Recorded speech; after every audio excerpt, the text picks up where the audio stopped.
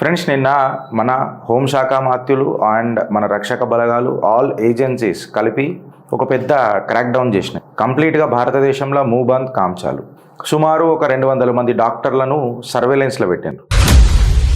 భారత్ ఇవాళ ఆల్మోస్ట్ అటాక్కి గురైంది. Friends, we are in a war, 0.5 war.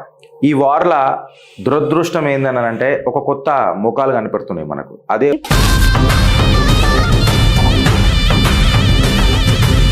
ఎవరైతే ఈ ఢిల్లీ బ్లాస్ట్ల కీలక నిందితురాలు ఉన్నదో డాక్టర్ షహీన్ అని అంటాం కదా మనం, మేడం సర్జన్ అని పిలుస్తారు ఆమెని.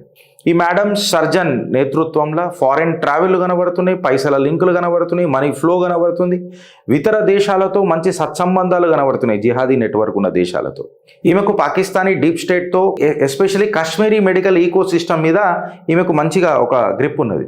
ఇలా దురదృష్టకరం ఏందని అంటే డాక్టర్లు ప్రజల ప్రాణాలు కాపాడాలా అని చెప్పి మనము వాళ్ళకు డాక్టర్లను చేస్తాము. ఇవాళ వాళ్ళు ఈ జిహాదీ అసెట్లలాగా మారుతున్నారు దేశంలో. అంటే వీళ్ళ విషబీజాలు ఎంత